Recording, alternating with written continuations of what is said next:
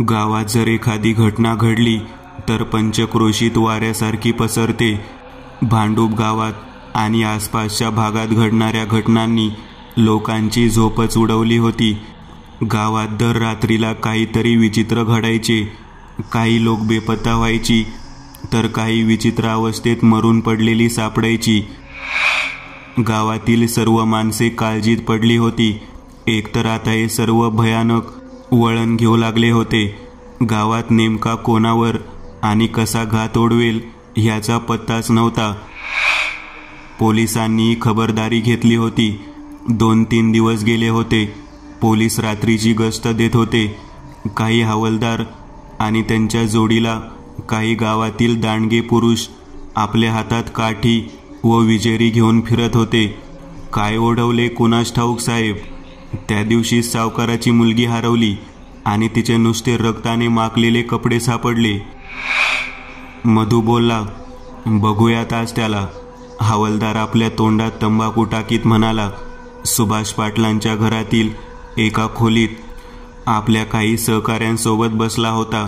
रात्र फार झाली होती तरी त्याचे डोळे समोरील संगणकाच्या स्क्रीनवर खिळले होते।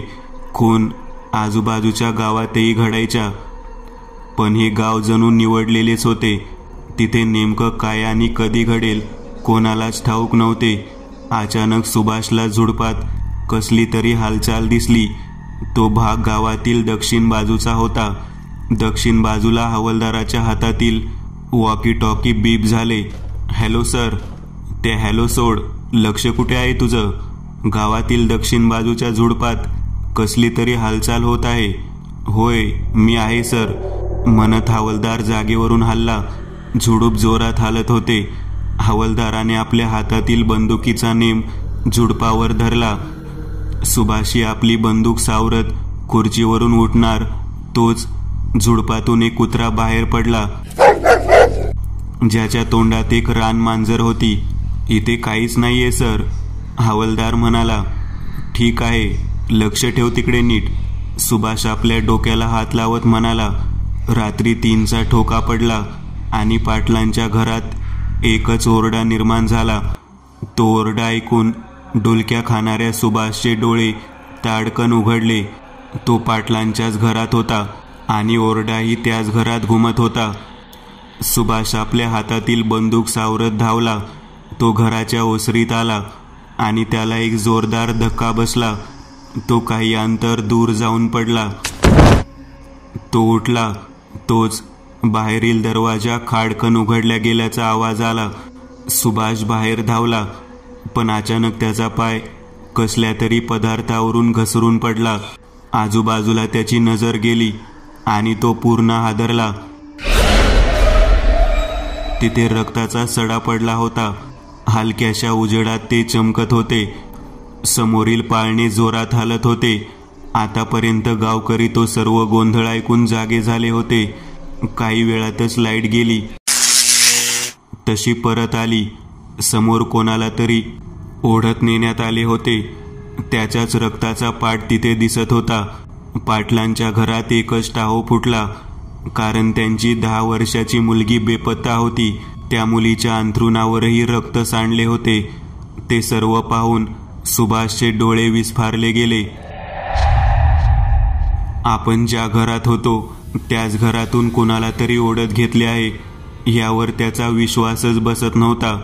स्वतःला सावरत सुभाषने लगेच हवालदार व गावातील सहकारी तरुणांना बरोबर घेतले व गावातील गल्ल्या व आजूबाजूची झाडी तपासू लागला। फरफटण्याचा माग गावाच्या मध्यभागापर्यंत होता। तिथून काही अंतरावर सुकलेल्या रक्ताचे डाग मातीत पसरले होते। सर, काहीच नाही इथे, शोधून तासभर तरी झाला आहे। हवालदाराचा आवाज ऐकून सुभाष भानावर आला।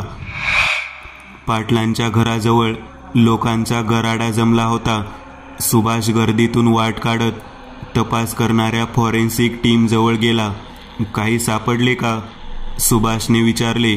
नाही सर, मुलीच्या रक्ताशिवाय एकही गोष्ट सापडली नाही। बाहेर रडण्या ओरडण्याचा आवाज चालूच होता। काय झाले आहे गावाला? कसला विटाळ लागला आहे? एक एक करून गावातील माणसे मरत आहेत. आहो पोलीस, काहीतरी करा हो, माझी मुलगी शोधून आणा हो.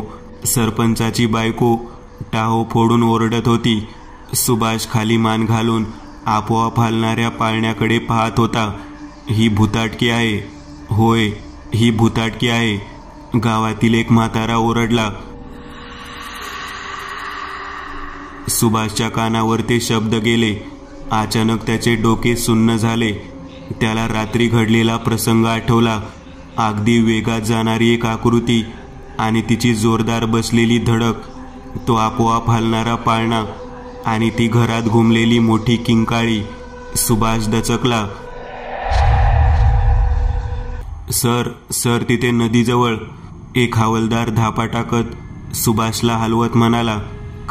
काय झाले, नीट सांगशील? सुभाष त्याच्या खांद्याला पकडत म्हणाला. सर, तिथे एक मुलीचा मृतदेह सापडलेला आहे. सुभाष आणि गावकरी मंडळी धावली. आतापर्यंत सकाळ झाली होती. सूर्य उगवत होता. भारी पोलीस दल तिथे जमले होते. रानातील घनदाट जंगलातील ती वाहणारी नदी आणि तिथल्याच एका झाडाच्या फांदीला टांगलेला विचित्र अवस्थेतील मृतदेह. पोलिसांनी गर्दी रोखून धरली होती. मुलीच्या आईबापांनी टाहो फोडला होता. रक्त अजूनही थेंब थेंब गळत होते. खाली खडकावर रक्त पसरले होते. त्या मुलीचे कपडे तेथीलच एका फांदीला अडकले होते. मुलीच्या डोक्यामागील केस कातडी सकट सोलले गेले होते. दोन्ही डोळे फोडले गेले होते. मानेवर मोठी जखम झाली होती. दोन्ही हात आणि एक पाय गायब होता. पोटाचे लचके तोडले गेल्यामुळे आतडी बाहेर लोंबकळत होती. एक पाय झाडाच्या वेलीत गुरफटला गेला होता आणि त्या वेलीलाच तो विचित्र देह लटकत होता. सुभाष तो प्रकार पाहून जागी सबकला. सर, कोणातरी जंगली जनावराचे काम असावे असे वाटते, पण जास्ती काही सांगता येत नाही. तपास करणारा फॉरेन्सिक टीमचा सदस्य म्हणाला. काय आहे हे सुभाष? तुझ्याकडून असली अपेक्षा नव्हती. कमिशनर ओरडला. पण सर, एक शब्दही बोलू नकोस सुभाष. तुला मी शेवटची संधी देतो आणि जर तुझ्याने होऊ शकले नाही तर चालता हो इथून. कमिशनरचे बोलणे ऐकून सुभाष तावातावाने बाहेर पडला. तो थेट गाडीत येऊन बसला व त्याने भरधाव वेगाने गाडी पळवली. काय आहे हे सर्व? आणि त्याच्यामुळे मला ओरडा खावा लागतो. मी सोडणार नाही त्याला. सुभाषने एक हात त्याच्या गरम होत चाललेल्या डोक्याला घातला. भुताटकी आहे ही, भुताटकी. शब्द सुभाषच्या कानात घुमले आणि त्याने जोरात ब्रेक दाबला. परत एकदा तो रात्रीच्या प्रसंगात शिरला. यस, तेच आहे आणि तोच सुधारू शकतो ह्याला. कोण तो? नाव आठवत नाही. कोण? रुद्र. हा सुभाष कोण आणि तो रुद्रला कसे ओळखतो हे प्रश्न कदाचित अनेकांच्या मनात आले असतील. तर सुभाष जो एक पोलीस आहे, त्याचा संबंध बदला गोष्ट अत्याचाराची कथेत रुद्रशी आला होता. तोच सुभाष हा. आता हा रुद्र कोण? तुम्हाला प्रश्न नक्कीच पडला असेल. मीही नीटसे सांगू शकत नाही. तुम्हीच बघा. दार ठोठावले गेले. रात्र फार होती आणि इतक्या रात्री कोण आले असेल अशा प्रश्नात एक व्यक्ती उठून दरवाजा उघडायला गेली. त्या व्यक्तीने दरवाजा उघडला. त्याबरोबर घरात पांढरट धूर दारावाटे शिरला फक्त, कारण बाहेर कोणीच नव्हते. प्रणव हादरला. नक्कीच मी दारावरती थाप पडताना ऐकली होती, पण बाहेर घट्ट काळोखाशिवाय कोणीच नाही. प्रणव दरवाजा बंद करून पुन्हा मागे फिरला. तेवढ्या त्याचे काळीज पुन्हा धडाडले, कारण ठकठकण्याचा आवाज जोरात त्या भयान शांततेला भंग करत घुमला. तो आवाज दरवाजा ठोकण्याचा होता, तोही अगदी जोरात. पण समोरील नाही, तर घराच्या मागच्या बाजूचा दरवाजा धडाडत होता. प्रणव आता पुरता घाबरला होता. थंडीतही त्याचा चेहरा घामाने डबडबला होता. काही दिवसांपासून घरात असेच काही भीतीदायक व विचित्र प्रकार होत होते आणि आता ही रात्र जणू काळरात्र बनून उठली आहे. इथे भीती संपण्याचे नावही घेत नाही. प्रणव एक वेळ पुन्हा आपल्या खोलीत पळणार. तोच आवाज आला, दार उघड. आवाज त्याच्या ओळखीचा नव्हता खरा. एखाद्या पुरुषासारखा किंवा एखाद्या स्त्रीसारखा की दोन्ही मिश्रित, अगदी घोगरा होता. प्रणवने हळूच आपली पावले मागच्या दरवाजाकडे उचलली. तो दरवाजापर्यंत गेला आणि त्याने दरवाजा उघडला, पण तोच पांढरट धूर दारावाटे पुन्हा घरात शिरला. नक्कीच कोणीतरी आहे, अशा विचारात प्रणवचे पाय आपोआप दाराबाहेर पडले. मागच्या बाजूस एक खोल विहीर आणि एक मोठे पिंपळाचे झाड होते. विहीर जुनाट व पडकी पडलेली होती. निळेशार पाणी विहिरीत शांत पडलेले असे. पिंपळाची मुळे जणू पाणी पिण्यासाठी विहिरीत उतरली होती.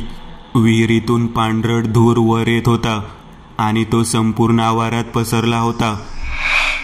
प्रणवच्या कानावर कसला तरी कर्कश आवाज आला. प्रणवचे लक्ष पिंपळाकडे गेले. पिंपळाच्या एका फांदीला एक दोरी लटकलेली होती. जशी एखाद्या अपराध्याला फाशी दिली जाते तेव्हा जो दोरीचा फास तयार केला जातो, तसाच फास होता त्या दोरीला. दोरी वेडी वाकडी हालत होती, जणू काही कोणीतरी सध्या तिला लटकत आहे. तेवढ्यात घरात आरडाओरड ऐकू आला. घरातील दिवे लावले गेले होते आणि एक काळी आकृती खिडकी शेजारी उभी ठाकली होती. तो आरडाओरड ऐकून प्रणव लगेच घरात धावला. धडाधड जिना चढून तो खोलीत शिरला. पलंगावरती, म्हणजेच पलंगापासून 4 हात उंच वर एक स्त्री हवेत उचलली गेली होती. तिच्या हातापायातील नसा पूर्णपणे फुगलेल्या होत्या. शरीर पांढरट पडले होते. अचानक तिने हवेतच जोरजोरात झटके द्यायला सुरुवात केली. प्रणव ओरडला, माधुरी. तो तिच्या दिशेने धावला. प्रणवने तिचा हात पकडला व खाली ओढण्याचा प्रयत्न करू लागला.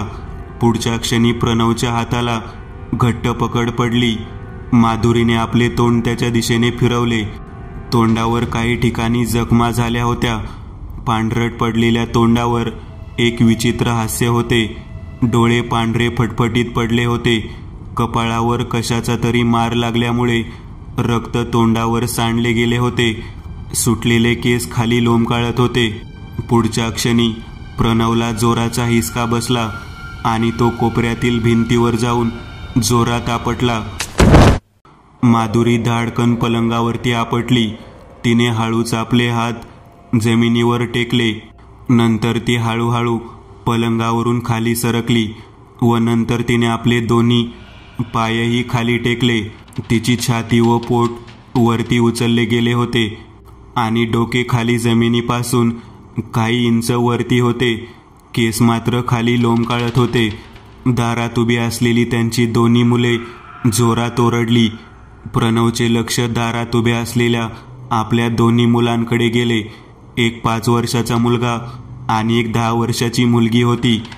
आपल्या आईच्या असल्या अवस्थेकडे बघून त्यांचे काळीज थरारले होते. प्रणवचे लक्ष त्यांच्याकडे जाताच त्याने उठण्याचा प्रयत्न केला, पण पुढच्या क्षणी तो खाली कोसळला. त्याचे गुडघे जोरात भिंतीवर आपटले गेल्यामुळे सुजले होते व त्यातून असंख्य वेदनेच्या कळा निघत होत्या.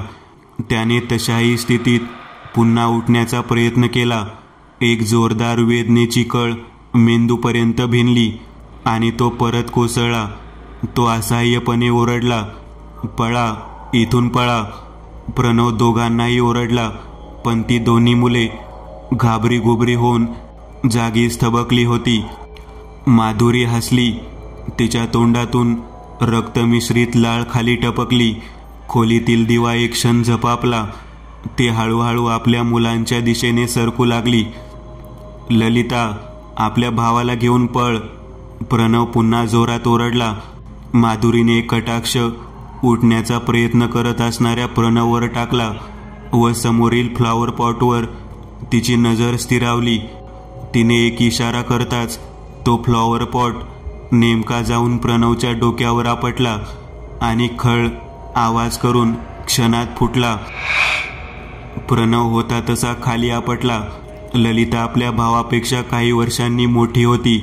लगेच तिने आपल्या भावाचा हात पकडला व दोघांनी तिथून पळ काढला. माधुरीही पुढे सरकली. ती एखाद्या खेकड्याप्रमाणे पुढे सरकत होती व तोंडातून विचित्र ओरडणे तिचे चालू होते. ते ओरडणे इतके मोठे आणि भयानक होते की संपूर्ण घर हादरून गेले होते. पण तिथे तो ओरडा ऐकणारेही कोणीच नव्हते, कारण ते घर एका निर्जन ठिकाणी होते. जिन्यावरून खडखडण्याचा आवाज आला तशी माधुरी खोली बाहेर पडताच जिना उतरून खालच्या हॉलमध्ये गेली. प्रणव वेदनेने कणला. आपल्या डोक्याला हात लावत तो कसाबसा उठून बसला. डोक्यातून रक्त वाहत होते. समोरच त्याचा मोबाईल पडला होता. मोबाईल उशाला ठेवला होता. मात्र माधुरी पलंगावर आपटल्यामुळे तो खाली पडला होता. कसेबसे सरकत जाऊन प्रणवने तो मोबाईल आपल्या रक्ताळलेल्या हाताने उचलला व कॉल डिटेल्समध्ये असलेल्या नितेश नावाच्या व्यक्तीला फोन लावला. कॉल काही वेळातच उचलला गेला. हॅलो हॅलो, मी प्रणव. त्या दिवशी आलो होतो आपल्याकडे. कृपया मला मदत करा. माझी मुले वाचवा. माझी मुले वाचवा. वाचवा हो, मदत करा. प्रणवला बोलता बोलता रडू कोसळले. त्या दिवशी रुद्र नव्हता. तो आज रात्रीच परतला आहे. आपण हिम्मत धरा. आम्ही आत्ताच्या आत्ता येत आहोत. तिकडून आवाज आला व लगेच फोन कट झाला. आपल्या हातातील रक्ताळलेला फोन प्रणवने खाली आपटला व कसाबसा तो उठला. कोपऱ्यात भिंतीवर आपटल्यामुळे गुडघ्याला जोराचा मार बसला होता आणि त्यामुळे त्याचे गुडघे सुजले होते. वेदना मेंदूपर्यंत भिनत होत्या. पण प्रश्न मुलांच्या जीवाचा होता. माधुरी खोली बाहेर पडली होती. जिन्यावरून धडधडण्याचा आवाज आल्यामुळे ती जिन्याच्या दिशेने गेली व तशा स्थितीत ती जिने उतरून खाली गेली. तिची नजर इकडे तिकडे भिरभिरत होती. समोरच सोफ्याच्या आड तिला कोणीतरी बसलेले दिसले. तिने आपले शरीर गरकन फिरवले. तशा काड्या मोडल्यागत काडकन आवाज झाला. ती आपल्या पायावर बेडकासारखी बसली आणि तिथूनच तिने हवेत उडी घेतली आणि नेमका जाऊन ती सोफ्यावर बसली. तिने विचित्र हसत आपली नजर समोर टाकली, पण तिथे एक बाहुली पडली होती. माधुरी रागात गुरगुरली व तिने बाहुली उचलून आपल्या तोंडाने फोडून टाकली. किचनमधून कसला तरी आवाज येताच ती लगेच किचनमध्ये शिरली. आपला दुखत असलेला पाय एका हाताने दाबून धरून प्रणव कसा तरी खोली बाहेर पडला. भिंतीला रेलून तो समोरच असलेल्या आपल्या मुलांच्या खोलीत शिरला. त्याची नजर संपूर्ण खोलीत भिरभिरली, पण त्याची मुले तिथे नव्हती. खोली शेजारी जिना असल्याने प्रणवला जिन्यावरून कोणीतरी फिरत असल्याचा स्पष्ट आवाज आला. तो लगेच खोली बाहेर पडला, पण त्याच्या उजव्या बाजूला माधुरी पाठमोरी उभी होती. माधुरीने आपली मान मागे फिरवली, पण संपूर्ण आवार मोकळा होता. प्रणवने तिला पाहताच चपळाई करून परत खोलीत प्रवेश केला होता. तो खोली आडून तिच्या हालचालींवर नजर ठेवत होता. गच्चीवर काहीतरी आपटल्या गेल्याचा आवाज आला आणि माधुरी वेगाने टेरेसच्या दिशेने जाऊ लागली. प्रणवलाही कळून चुकले होते की मुले टेरेसवर आहेत. प्रणवही बाहेर पडला व जितक्या लवकर चालता येईल तितका प्रयत्न करू लागला, पण त्याच्या वेदना आपला पाय जोरात उचलू देत नव्हत्या. काही वेळापूर्वी आपल्या आईला असल्या भयान अवस्थेत बघितल्यावर दोन्ही मुलांचे काळीज थरारले होते. आपली आई आपल्याला इजा पोहोचविण्यासाठी आपल्या दिशेने येत आहे हे ललिताला कळताच ते आपल्या लहान भावाला घेऊन समोरच्याच त्यांच्या खोलीत पळाले व लपले. पण आपली आई नक्कीच खोलीत शिरेल ह्या भीतीने ललिताचे काळीज धडधडत होते. समोरच तिला मोठा चेंडू दिसला. तिने तो हातात घेतला व खोली बाहेर फेकला. खोली समोरच जिना असल्याने चेंडू धडधड करत खालच्या हॉलमध्ये गेला. ललिताने हळूच डोकावून पाहिले. आपली आई जिना उतरून खाली गेली. तिने आपल्या भावाचा हात पकडला व तिथून पळ काढला. ते दोघे लपण्यासाठी टेरेसवर गेले. लपण्यासाठी जागा शोधत असतानाच लहानग्या वीराचा हात गमल्याला लागला आणि ते मडके खाली पडून फुटले. एक मोठा आवाज झाला. भयभीत ललिता आपल्या भावाला घेऊन कोपऱ्यात पाय दुमडून बसली. तिचे लक्ष दाराकडेच लागले होते. तोच दरवाजा खाडकन उघडला. दारातच माधुरी उभी होती. सगळे केस तिच्या तोंडावर आले होते. एखादा सिंह जसे रानात आपले सावज शोधतो त्याचप्रमाणे ती आपली मान फिरवू लागली. कोपऱ्यात तिला दोघे भावंडे बसलेली दिसली. माधुरीने एक आसुरी हास्य केले व तिने दोघांवर झडप घातली. माधुरीने जोरात आपल्या मुलीला हिसका दिला.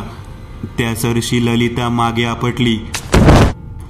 तिच्या डोक्याला मार लागल्यामुळे तिची शुद्ध हरपली. माधुरीने आपल्या मुलाला हातात उचलले व ती टेरेसच्या टोकावर गेली. आता ती एक आई नव्हती तर एका दुष्ट आत्म्याने पछाडलेली होती. ती कोणत्याही थराला जाऊ शकत होती. तिने आपल्या मुलाला हवेत उचलून धरले. तिने परत एकदा एक आसुरी हास्य केले व ती मुलाला खाली फेकणार तोच आवाज आला. माधुरी, सोड त्या मुलाला. त्याला काही करू नकोस प्लीज. आतापर्यंत प्रणव टेरेसवर येऊन पोहोचला होता. तो गयावया करत म्हणाला, माधुरी प्लीज, त्या मुलाला काही इजा करू नकोस. तो तुझा मुलगा आहे. दया कर, सोड त्याला. प्रणव विनवण्या करत होता. माधुरी आपल्या घोगऱ्या आवाजात म्हणाली, अच्छा, सोडू त्याला. हे घे मग. माधुरी हसली व मुलाला खाली फेकण्यासाठी उचलले. प्रणव त्याही स्थितीत धावला. पण पुढच्या क्षणी तिने आपल्या मुलाला टेरेसवरून खाली टाकले. माझे मूल. प्रणव ओरडला व जोरात टेरेसच्या कठड्यावर आपटला. त्याने आपल्या मुलाला झेलण्यासाठी आपले हात खाली केले पण मुलगा केव्हाच हाताबाहेर निघून गेला होता. प्रणव खाली जात असलेल्या आपल्या मुलाकडे पाहतच राहिला. मुलगा खाली आपटणार तोच कोणीतरी वेगाने धावत येऊन मुलाला हातात झेलले.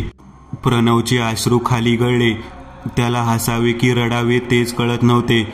खाली नितेश त्याच्या मुलाला घेऊन उभा होता. माधुरी मात्र संतापाने ओरडली. तिने आपले हात प्रणवच्या मानेभोवती आवळले व त्याला एक विधभर वरती उचलले. प्रणव तडफडू लागला पण माधुरीची पकड फारच घट्ट होती. अचानक ती ओरडली व तिने प्रणवला खाली फेकून दिले. आपल्या उजव्या हाताच्या मनगटाला पकडून ती किंकाळ्या फोडत लोळू लागली. तिच्या मनगटावर एक लाल दोरा येऊन चिकटला होता व तो तेजस्वीपणे चमकत होता. माधुरीच्या संपूर्ण शरीरातून पांढरट धूर निघत होता. तिचे शरीर काळपट पडले होते. प्रणव बेशुद्ध पडलेल्या आपल्या मुलीजवळ गेला. ललिता, डोळे उघड बाळ, डोळे उघड. प्रणव ललिताला उठवण्याचा प्रयत्न करू लागला. तिने डोळे किलकिले करताच प्रणवच्या जीवात जीव आला. तोपर्यंत रुद्र व नितेशही टेरेसवर येऊन पोहोचले होते. रुद्रचे लक्ष माधुरीकडे गेले. तिची शुद्ध हरपली होती पण मनगटावर दोरा अजूनही बांधलेला होता. तो दुष्ट आत्मा तिच्या शरीरात अडकून पडला होता व पांढरट धूर तिच्या शरीरातून बाहेर पडत होता. रुद्रने काचेची बाटली काढली व डोळे बंद करून तो काहीतरी पुटपुटला. त्यासरशी दोरा हातातून सुटून खाली पडला व तो पांढरट धूर बाटलीत येऊन साठताच रुद्रने बाटली बंद केली व दोराने बांधली. आपल्या मुलाला पाहताच प्रणवने त्याला मिठीत घेतले. आपले फार फार धन्यवाद नितेश. रुद्र, आपण वेळेवर येऊन माझ्यावर खूप मोठे उपकार केले. प्रणव आणखी काही पुढे बोलणार तोच नितेश बोलला, खरी कसरत एका बापाने केली आहे. आम्ही फक्त नमुने वाटतो. तुमच्या हिमतीपुढे सॅल्यूट तो बनत आहे. आणखी बोलू नका. तुम्हाला आता उपचाराची गरज आहे. नितेश व रुद्रने त्याला जवळीलच दवाखान्यात उपचारासाठी नेले व सकाळपर्यंत त्याच्या परिवाराला सुखरूप घरी नेऊन सोडले. रात्रीचे जागरण झाल्यामुळे दोघेही थकले होते. ते आराम करण्यासाठी खोलीत शिरणार तोच दारावरची बेल वाजली. रात्रभर जागरण झाल्यामुळे दोघेही फार थकले होते. रुद्र तर काही दिवसांपासून नीटसा झोपलाच नव्हता. रात्री आल्या आल्या परत लगेच काम निघाले. दारावरची बेल वाजली होती, पण रुद्र नितेशला म्हणाला, तू बघ कोण आहे ते, तुझ्या जवळ काम असेल, मी झोपायला जात आहे, बरं तू आराम कर, मी बघतो म्हणत नितेश दरवाजाकडे गेला. दरवाजा उघडताच एक तरुण दारासमोर उभा ठाकला होता. भरदार शरीरयष्टी, काळेभोर डोळे आणि केसांची व्यवस्थित ठेवण. त्याने अंगावर जॅकेट चढवला होता, तर जीन्स त्याला शोभून दिसत होती. नितेशला चेहरा ओळखीचा वाटला म्हणून तो निहाळू लागला, पण नितेशला काही आठवणे अशक्य होते. आपण आणि तो अडखळला. होय, मी सुभाष आहे, दारात उभी असलेली व्यक्ती म्हणाली. होय सुभाष, नितेश हसत म्हणाला, कारण त्याला त्याची ओळख पटली होती. या आत या. नितेशने सुभाषला आत घेतले. सुभाष आत येताच म्हणाला, रुद्र. नितेश आश्चर्यचकित झाला, पण का? ती मला मदत हवी आहे. एक केस अशी निर्माण झाली आहे की आम्ही काहीच करू शकत नाही. कृपया त्यांना बोलवा. दरवाजा उघडून खोली शिरू पाहणाऱ्या रुद्रच्या कानावर हाक आली. रुद्र. ती हाक नितेशची होती. रुद्राला कळून चुकले होते की आलेली व्यक्ती आपल्याला शोधत आहे. तो जागीच थांबला व तसाच मागे फिरून तो हॉलमध्ये आला. रुद्र हॉलमध्ये आला होता. हाय, मी सुभाष. सुभाष हात मिळवत म्हणाला, आधी आरामात बसा, मी आपली काय मदत करू शकतो? रुद्र म्हणाला. नितेशने रुद्राच्या कानात सांगितले की हा तोच सुभाष आहे जो निकिताच्या केसच्या वेळी आपल्याला भेटला होता. सुभाषने सांगायला सुरुवात केली. एक केस अशी निर्माण झाली आहे की ती खरोखरच आमच्या आवाक्याबाहेर गेली आहे. भांडूप नावाचे एक गाव जे माझ्या हाताखाली येते, त्या व आसपास असणाऱ्या गावात कोणीतरी म्हणण्यापेक्षा काहीतरी आहे जे गावातील लोकांचा पत्ता साफ करत आहे. अगदी निगरूनपणे त्यांना मारून फेकत आहे किंवा काही तर कायमचे बेपत्ता झाले आहेत, ज्यांचा शोध घेऊनही सापडणे खूप कठीण आहे. ही गोष्ट नक्कीच साधी नाही. त्या रात्री जेव्हा मी CCTVद्वारे गावाची निगराणी करत होतो, अगदी मध्यरात्री अचानक वीज गेली. अशात ज्या सरपंचाच्या घरात मी होतो त्याच घरात अचानक भयंकर ओरडा चालू झाला. मी धडपडत लगेच उठलो व खोलीतून बाहेर पडलो. तोच एक राक्षसी आकृती अगदी वेगात आली, जिचे डोळे लाल भडक होते व ते अंधारातही चमकत होते. तिच्या हातात नक्कीच पाय होता. ती 10 फूट उंचीची आकृती मला वेगात धडकली व मी दूर जाऊन पडलो. ते सर्व एका क्षणात घडले होते. घरात सर्वत्र रक्त सांडले होते. सुभाषने बोलणे संपवले. त्याची नजर खाली खिळली होती. एक वेगळी शांतता तिथे निर्माण झाली होती. नितेशने रुद्रकडे पाहिले आणि तो दचकलाच. रुद्र डुलक्या खात होता. नितेशने रुद्रला चिमटा काढला आणि तो दचकून जागा झाला. रुद्र, तुला काय वाटते ते काय असावे? नितेशने विचारले. ते समोर येईल तेव्हाच कळेल. अच्छा, तुमचा पत्ता काय आहे सुभाष? माझा पत्ता? पण ते गावी? सुभाष अडखळला. त्याला म्हणायचे आहे की गाव महाराष्ट्रात कुठे येते? नितेशने विचारले. नाशिकमधील भांडूप गावात. गावाचे नाव काल्पनिक आहे, सुभाष उत्तरला. मग ते दूर नाही. रुद्र त्याला हात मिळवत हसत म्हणाला. आतापर्यंत रुद्र आणि नितेश भांडूप गावात पोहोचले होते. सुभाष आधीच त्यांची वाट पाहत होता. गाव लहानसे आणि सुंदर होते, पण हे तेच गाव जे अनेक निरपराध लोकांचे रक्त पिऊन तृप्त झाले होते. आता ह्याला यातून सोडवायचे होते. गावात एका मोठ्या घरात आधीच रुद्र आणि नितेशच्या राहण्याची सोय केली होती. खोलीत सामान ठेवताच रुद्र आपली पिशवी गळ्याला अडकवत बाहेर पडला. अचानक त्याचा फोन घणाणला. तू कुठे आहेस रुद्र? संध्याकाळचे 6 वाजले आणि तू मला न बोलता बाहेर गेलास. तो आवाज नितेशचा होता. रुद्र म्हणाला, तू आराम कर, मला थोडेसे फिरून येऊ दे. गावात नेमकं काय आहे त्याचा पत्ता लागायला हवा. रुद्र फिरत फिरत वेशी बाहेर पडला होता आणि जंगलातील एका झाडापाशी येऊन तो थांबला. आजूबाजूला थोडेसे वाळलेले गवत उगवले होते आणि पालापाचोळा व काड्या खाली साचल्या होत्या. ते सर्व साफसूफ करून रुद्रने आपल्या सोबत आणलेले पितळेचे हवनकुंड तिथे ठेवले. आपल्या भोवती त्याने राखेने रिंगण आखले आणि सोबत आणलेले चंदनाची लाकडे आणि आहुती बाहेर काढली. हवनकुंड पेटताच रुद्रने आहुती टाकत मंत्रोच्चार सुरू केले. अद्यापही शांतता होती. मात्र काहीच वेळात वातावरण बदलले. वरती काळे ढग अचानक साचले आणि गडगडाटासह विजांचा कडकडाटही सुरू झाला. हवेत बदल झाला आणि पालापाचोळा उडू लागला. अंधारात हवनकुंडाचा प्रकाश तेवढा पसरला होता, मात्र आजूबाजूला अंधार पसरले होते. समोरच्या झाडीत काहीतरी हालचाल सुरू झाली आणि तिथे रुद्रची नजर स्थिरावली. 2 लाल डोळे त्याच्यावर स्थिरावले होते. रुद्रने आपल्या हातात विभूती घेतली आणि झाडीत भिरकावली. तोच एक राक्षसी आकृती झाडीतून उडी मारून त्याच्या समोर उभी ठाकली. तिचे संपूर्ण शरीर काळपट होते.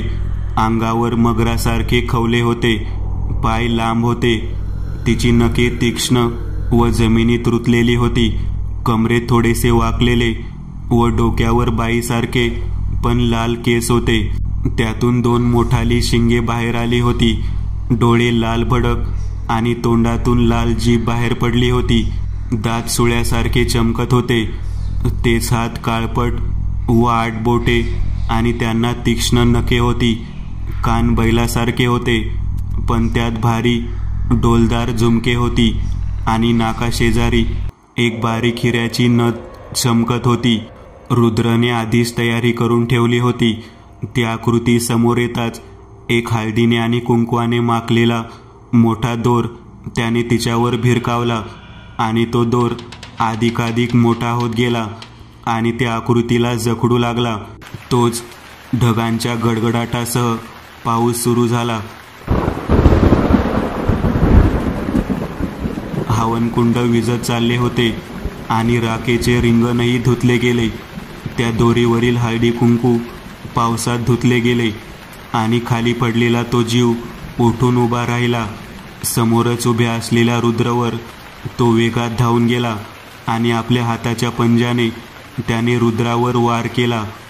ती हालचाल इतकी वेगात होती की रुद्र काहीच करू शकला नाही. रुद्र वेगात जमिनीवर आपटला, मात्र त्याचे डोके दगडावर आपटल्यामुळे तो बेशुद्ध पडला. रक्ताची चटक असलेले ते जनावर हळूहळू रुद्रच्या जवळ जाऊ लागले. ते त्याच्या गरम रक्ताचा घोट घेण्यासाठी आसुसलेले होते. त्याने आपले तोंड उघडले आणि ते रुद्रच्या मानेला पकडणार तोच जोरदार झटका त्याला बसला, कारण रुद्रच्या गळ्यात रुद्राक्षाच्या आणि इतर पुष्कळशा माळा होत्या आणि त्यांची शक्ती त्याचे रक्षण करत होती. ती आकृती क्रोधाने ओरडली आणि रुद्रला इजा पोहोचवण्यासाठी पुढे सरसावली. तोच तिच्यावर गोळीबार झाला आणि क्षणातच ती आकृती तिथून पळाली. नितेश सुभाष बरोबर काही हवालदारांबरोबर तिथे पोहोचला. खाली बेशुद्ध पडलेल्या रुद्रला त्यांनी उचलले. जवळच्याच दवाखान्यात उपचारासाठी नेले. रुद्र शुद्धीवर आला. तो त्याच्या खोलीतच होता. नितेश समोर बसला होता. रुद्र शुद्धीवर येताच त्याच्या चिंतातूर चेहऱ्यावर आनंद पसरला. काय गरज होती एकट्याने जायची, आणि आम्ही जर वेळेवर पोहोचलो नसतो तर काय झाले असते विचारही करवत नाही, नितेश रागात म्हणाला. त्या पावसाने सर्व मेहनत धुवून टाकली, नाहीतर त्याचे तुकडे आणले असते. रुद्र आपल्या डोक्याला हात लावत उठला. तोपर्यंत सुभाषही तिथे आला होता. किती भयानक होते ते जनावर, अपेक्षेपेक्षाही, सुभाष म्हणाला. होय, आणि ते साधेसुधे नाही, रक्तपिपासू होतं. आता दिवस आहे, नक्कीच कुठेतरी लपलेले असेल. दिवसा ते शक्तिहीन होते, रात्री मात्र त्याचा मुकाबला करणे फारच अवघड आहे. रुद्र उत्तरला. रुद्र, ते कुठून आले असावे असे तुला वाटते? नितेशने विचारले. ते आलेले नाही, ते साधना करून कुणीतरी उत्पन्न केले आहे. पण कोण? आणि हा सर्व विनाश कशासाठी? मुक्या प्राण्याच्या ओरडण्याचा आवाज वातावरणात घुमला आणि ते मरण पावले. एका स्त्रीने फरफटत घेऊन कोपऱ्यात फेकले. कालचीच ती राक्षसी आकृती त्यावर ताव मारू लागली. आपल्या हाताला लागलेले रक्त धुवत रचना म्हणाली, नाही सोडणार कोणालाही मी. माझ्या कुटुंबाचा त्यांनी बळी घेतला. मी त्यांचे रक्त पिऊन टाकीन. आता तेच मला तृप्त करेल. साधारण 20 वर्षापूर्वी एक हातपाय बांधलेली मुलगी स्वतःला सोडवण्यासाठी धडपडत होती. तिचे तोंड बांधले गेले होते, त्यामुळे तिच्या तोंडातून ब्रही निघत नव्हता. ती कुठल्या तरी बंदिस्त खोलीत होती. ते एक तळघर होते. तिथे धूर साचला होता आणि मंत्र उच्चाराचा ध्वनी तिथे घुमत होता. मुलगी शुद्धीवर आली आहे, तिला बळी देण्यासाठी घेऊन ये. एक पुरुषाचा आवाज त्या तळघरात घुमला. एक स्त्री त्याच्या समोर बसली होती, गोऱ्या रंगाची व काळी साडी नेसलेली. तिच्या कपाळाला कुंकू आणि हळद माखलेली होती व डोळे धुराने लाल पडले होते. ती स्त्री उठली व तिने त्या 8-9 वर्षाच्या मुलीच्या केसांना पकडून फरफटत नेले व बळी देण्याच्या ठिकाणावर तिची मान दाबली. समोरच उघडा बंब अवतारात बसलेला एक पुरुष उठून उभा राहिला.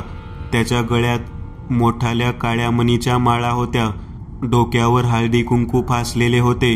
हातात एक खंडक घेऊन तो त्या मुलीजवळ गेला व आपले डोळे बंद करून काही वेळ काहीतरी पुटपुटत शांत उभा राहिला व पुढच्या क्षणी त्याने त्या मुलीची मान उडवली. ती लहानगी मुलगी तडफडून मरण पावली. गावातून लहान मुले बेपत्ता होत आहेत आणि त्यांचा काहीच पत्ता लागत नाही. जमसे म्हातारा म्हणाला, त्याचा पत्ता लावायलाच हवा आजोबा. आमची मुले कोण ओरबाडत आहे आम्हाला समजलेच पाहिजे. एक तरुण म्हणाला, रात्र झाली होती. ती चंद्रग्रहणाची रात्र होती. गावातील लोक आपल्या मुलांना सांभाळत होते, कारण गावात फारच भीतीचे वातावरण निर्माण झाले होते. गावातील मुलांना कोणीतरी पळवत आहे या भीतीने मात्र काही गावकरी बाहेर पहारा देत होते. अचानक एका घरात खूप मोठ्या प्रमाणात धूर शिरला आणि आतील सर्व माणसे जी होती त्यांची शुद्ध हरपली. एक माणूस हळूच घरात शिरला व त्याने समोरच झोपलेल्या मुलाला आपल्या खांद्यावर टाकले व तो त्याला घेऊन पळाला. मात्र एका पहारेकऱ्याने हे पाहिले आणि संपूर्ण गावात लगेच ही खबर पसरली. कोणी का असेना द्वेषाने पेटला होता, कारण त्यातील कित्येकांनी आपल्या मुलांना गमावले होते. प्रकाशराव त्या मुलाला घेऊन तळघरात आला आणि त्याचे हातपाय बांधून कोपऱ्यात टाकले. त्याची बायको तिथे काळी साडी नेसून आधीपासूनच बसली होती. एक हवनकुंड होते, ज्यात ते विचित्र मंत्र उच्चार करत आहुती अर्पित करत होते. समोरच्याच भिंतीवर अनेक शैतानी आकृत्या कोरल्या गेल्या होत्या. मंत्र उच्चारांनी वातावरण गंभीर झाले होते. मुलाला बळीसाठी म्हणून आडवे पाडले. तोच लोकांचा गदारोळ काठ्याविळे घेऊन तळघरात शिरला, जो तो अगदी रागात होता. कोणी काठीने तर कोणी विळ्याने दोघांवर अनेक वार केले. संतापलेल्या गावकऱ्यांनी त्यांचे हाल करून मारले. प्रकाशराव गावचा सावकार होता व तो आपल्या मोठ्या दगडी वाड्यात राहत होता. गावात त्याला मोठा मान होता, मात्र तो असे काही करेल कोणालाच वाटले नव्हते. संतापलेल्या गावकऱ्यांनी त्याच्या संपूर्ण कुटुंबाला ठार मारले व वाड्यातच जाळून टाकले. मात्र त्या कुटुंबातील कोणीतरी आपला जीव वाचवून पळाले होते. ती हीच रचना जी आपल्या कुटुंबाचा प्रतिशोध घेत होती. रुद्र पलंगावर पडला होता. आता त्याला पहिल्यापेक्षा फार बरे वाटत होते. अचानक त्याची नजर उंचावली. समोर एक देखणी तरुणी उभी होती. नमस्कार, मी आपणाला भेटायला म्हणून आले होते. गावात बरीच चर्चा चालू आहे आपल्याबद्दल, म्हणून मी प्रत्यक्ष तुम्हाला भेटायला आले. मी काही फार दूर राहत नाही. समोरचीच खोली माझी आहे. डोक्याला मार लागलेला दिसतोय. लवकर बरे व्हा, आपण पुन्हा भेटू. म्हणत ती तरुणी बाहेर पडली. रुद्र थोडासा हसला, पण पुन्हा त्याचा चेहरा गंभीर झाला. समोरच एक आजोबा साफसफाईचे काम करत होता. रुद्रने त्या आजोबाला विचारले, ही जी इथे बाई आलेली होती त्यांना तुम्ही ओळखता काय? अहो साहेब, त्या दीक्षित मॅडम आहेत. त्या गावातील शिक्षिका आहेत. आजोबा म्हणाले आणि ते आपले काम संपवून बाहेर पडले. रुद्र आता मात्र फारच गंभीर झाला. नितेश तिथेच बसला होता. रुद्रला असे पाहताच तो म्हणाला, काय झाले रुद्र, इतका गंभीर का झालास? ती तरुणी आली होती तेव्हाही तू तिला एकटक का पाहत होतास? आवडली वाटते ती तुला? रुद्र काहीही न बोलता उठण्याचा प्रयत्न करू लागला. तोच नितेशने त्याला थांबवले. तू कुठे जाणार नाहीस, तुला काय हवं नको ते मला सांग, नितेश त्याला पकडत म्हणाला. बरं, तो टेबलावर पडलेला माझा मोबाईल दे, रुद्र म्हणाला. रुद्रने मोबाईल हातात घेतला व सुभाषला फोन लावला. हॅलो सुभाष, सावज मिळाले आहे, रात्री तयार राहा. रात्र झाली होती. रचना आपल्या खोलीतून बाहेर पडली. तिने तोंडाला ओढणी बांधली व गावाच्या पायवाटेने आडोसा घेत ती हळूच बाहेर पडली. गावाच्या अगदी टोकाला एक दगडी वाडा होता, अगदी भकास व उजाड पडलेला. तिने त्या वाड्यात प्रवेश केला. ती आत शिरली. समोरच ती राक्षसी आकृती उभी होती.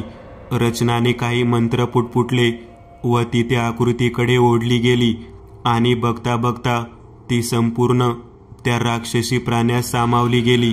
एक मोठी आरोळी फोडून ती बाहेर पडणार, तोच एक अग्नीचा गोळा. ही दिव्य ऊर्जा आहे जी रुद्र निर्माण करू शकतो. ती एखाद्या अग्नीच्या गोळ्यासारखी भासते. तिच्यावर येऊन आदळला आणि ती आकृती समोरच्याच भिंतीवर आपटली.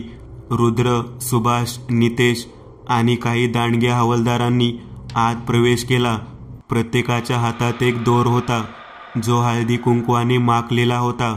ती आकृती सावरते न सावरते तोच तो दोर त्यांनी तिच्यावर फेकला. ती आकृती त्या दोरात आपोआप जखडली गेली. पण पुढच्या क्षणी एक जोरदार हिसका देत ती आकृती वेगाने बाजूच्या खोलीत शिरली. अचानक हिसका बसल्यामुळे सर्वजण खाली कोसळले. मात्र लगेच रुद्र सावरत त्या आकृती मागे धावला. त्याच्याबरोबरच बाकीचे सर्वजण धावले. वाड्याच्या मागच्या बाजूला एक विहीर होती. तो सैतानी प्राणी कसाबसा तिथपर्यंत आला आणि त्याने विहिरीत उडी घेतली. तोपर्यंत रुद्रही तिथे पोहोचला होता. आपल्या पिशवीतून त्याने राख म्हणजेच विभूती बाहेर काढली व संपूर्ण विहिरीच्या गोल असे एक रिंगण आखले. ती आकृती विहिरीच्या कठड्यावर चढून बसली. मात्र तिला तो रिंगण पार करता येईना. रुद्र, बघतोस काय, मार त्याला, नितेश उद्गारला.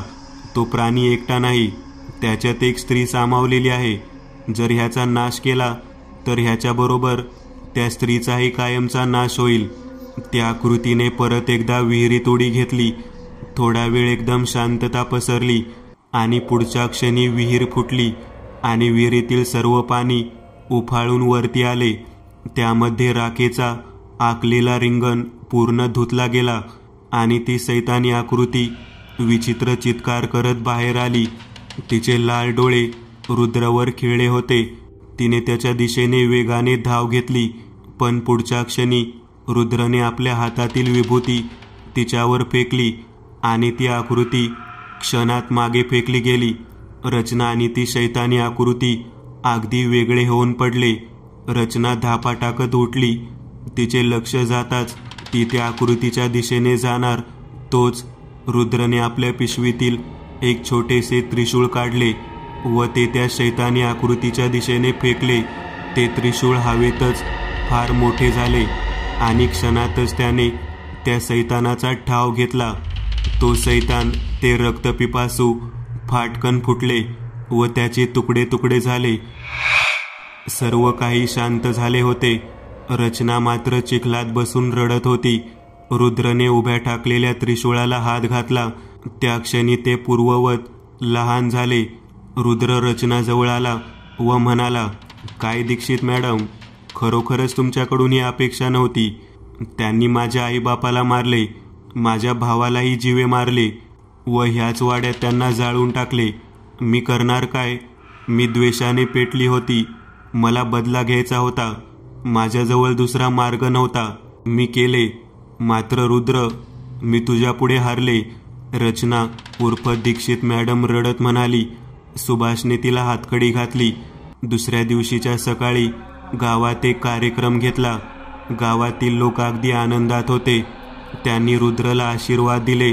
तो कार्यक्रम संपताच रुद्र आणि नितेश सुभाषचा निरोप घेऊन निघाले. गाडीने अर्धा रस्ता संपवला होता. नितेश फार चिंतित दिसत होता. काय झाले तुला आता? रुद्रचे त्याच्याकडे लक्ष जाताच त्याने विचारले. रुद्र, आपण गावात जाऊन एक दिवसही झाला नव्हता आणि तुम्ही सर्व काही एका झटक्यात संपवलेस. म्हणजेच ती दीक्षित मॅडम हे सर्व करत आहे हे तुला कसे कळले? नितेशने विचारले. तिनेच सांगितले मला. रुद्र हसत म्हणाला. काय? केव्हा? नितेश आश्चर्यचकित झाला. अरे तसे नाही. तो प्राणी फक्त एखाद्या डुकरासारखा होता आणि जो कोणी त्याला सिद्ध करतो त्याला प्रत्यक्ष त्याचा ताबा घेऊन आणि त्याच्या शक्तींचा उपयोग करावा लागतो.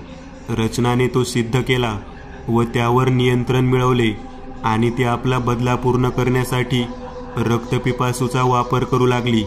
मात्र तिचे ते लाल केस आणि झुमके आणि ती चमकणारी नथ ह्यामुळे ती बिचारी फसली. ती त्या प्राण्याचा ताबा घेत असता ती स्वतःला त्याच्यात सामावून घ्यायची. मात्र तिचे केस आणि तिचे दागिने त्या प्राण्याच्या शरीरावर जसेच्या तसे राहायचे. त्या दिवशी जेव्हा ती तिथे आली होती तेव्हा मी तेच निरखून पाहत होतो.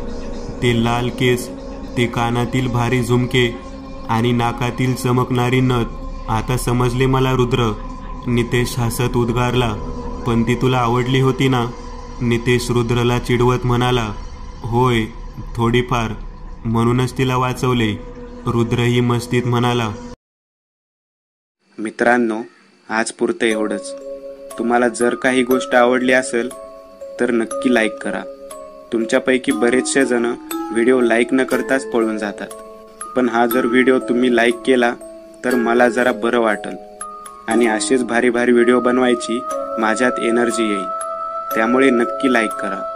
आणि अजूनही कोणी या चॅनलला सबस्क्राईब केलेलं नसाल तर लगेच सबस्क्राईब करून टाका. आणि बाजूची घंटी ती मात्र दाबायला विसरू नका. देवाची घंटी आहे ती. चला तर मग पुन्हा भेटूया अशीच एक आगळी वेगळी गोष्ट घेऊन पुढच्या